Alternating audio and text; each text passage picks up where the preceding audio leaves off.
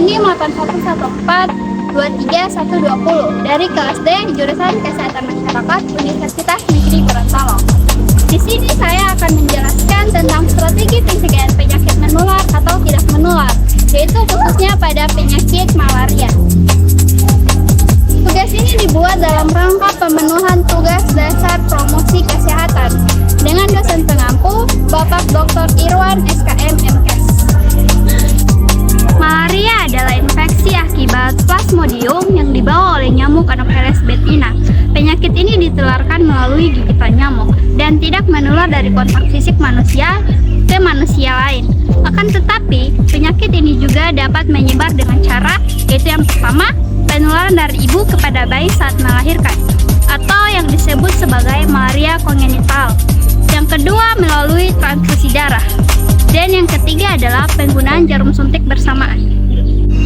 Berikut ini adalah beberapa gejala dari malaria, yaitu ada demam, menggigil, sakit kepala, berkeringat banyak, lemas, tegal linu, gejala anemia atau kurang darah, serta mual atau muntah. Nah, apabila teman-teman merasakan gejala-gejala tersebut, segera pergi ke puskesmas atau rumah sakit terdekat untuk mendapatkan penanganan. Nah, sekarang kita masuk pada tahap 5 level of prevention atau pada tahap pencegahan dan penanganan penyakit. Yang pertama adalah health promotion atau promosi kesehatan. Pada tingkat ini dilakukan tindakan umum untuk menjaga keseimbangan proses bibit penyakit penjamu lingkungan, sehingga dapat menguntungkan manusia dengan cara meningkatkan daya tahan tubuh dan memperbaiki lingkungan. Tindakan ini dilakukan pada seseorang yang sehat. Nah, promosi kesehatan yang dapat kita lakukan pada penyakit malaria yaitu dengan melakukan penyuluhan yang intensif kepada masyarakat tentang pencegahan malaria. Dapat pula dilakukan dengan memasang kelambu untuk menangkal gigitan nyamuk pada saat tidur. Selain itu, pemakaian obat nyamuk bakar maupun semprot dapat mengurangi nyamuk dari dalam ruangan, walaupun mempunyai efek jangka panjang yang kurang baik bagi kesehatan. Tetapi setidaknya kita telah melakukan pencegahan. Nah, yang kedua adalah specific protection atau perlindungan khusus, merupakan tindakan yang dilakukan untuk mencegah penyakit, menghentikan proses interaksi bibit penyakit penjamu lingkungan dalam tahap prepatogenesis, tetapi sudah terarah pada penyakit tertentu. Tindakan ini dilakukan pada seseorang yang sehat, tetapi memiliki resiko terkena penyakit tertentu. Nah, perlindungan khusus terkait penyakit malaria untuk mencegah terjadinya penularan penyakit dengan cara yang dapat dilakukan melalui dari diri sendiri hingga meneruskan ke lingkungan masyarakat, seperti halnya penggunaan kelambu, penggunaan obat anti nyamuk, dan penggunaan autan, serta membersihkan lingkungan untuk mengurangi perkembangbiakan nyamuk.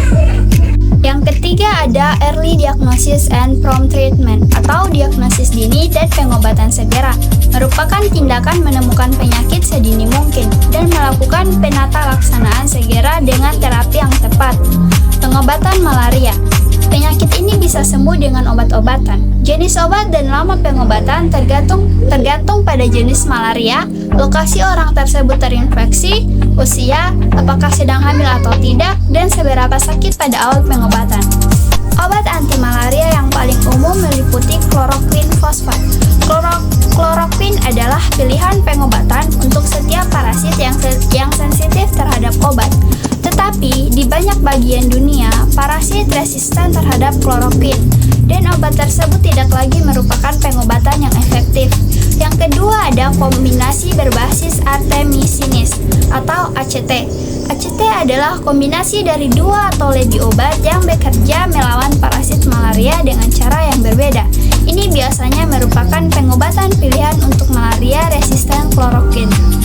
Nah, yang keempat adalah disability limitation, merupakan tindakan penata laksanaan terapi yang kuat pada pasien dengan penyakit yang telah lanjut untuk mencegah penyakit menjadi lebih berat. Bagi penderita malaria, pembatasan kecacatan dapat dilakukan dengan pemberian pengobatan secara cepat dan tepat. Upaya pengobatan malaria dengan menggunakan obat-obatan umumnya dengan menggunakan jenis obat yang sama dengan jenis obat yang digunakan untuk mengobati demam berdarah. Nah, yang kelima adalah tahap rehabilitation atau rehabilitas adalah pemulihan kembali. Rehabilitas mengembalikan sesuatu kepada keadaan semula yang tadinya dalam keadaan baik, tetapi karena sesuatu hal kemudian menjadi tidak berfungsi atau rusak.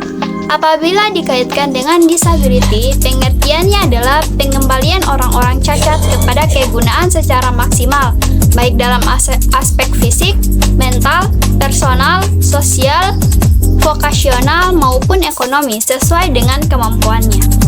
Rehabilitasi pada penyakit malaria berfokus pada pemulihan fisik dan mental setelah pasien menyelesaikan pengobatan akut. Hal ini penting untuk membantu pasien kembali ke kehidupan normal dan mencegah komplikasi jangka panjang. Nah, rehabilitasi yang dapat dilakukan yaitu 1. Memulihkan fungsi fisik dan mental, 2. Meningkatkan kualitas hidup, 3. Mencegah komplikasi, dan yang keempat adalah mencegah kambuhnya malaria. Nah, itulah penjelasan tentang penyakit malaria dari saya. Mohon maaf bila ada kesalahan kata, karena sesungguhnya di dunia ini tidak ada yang sempurna. Sekian, terima kasih. You don't even know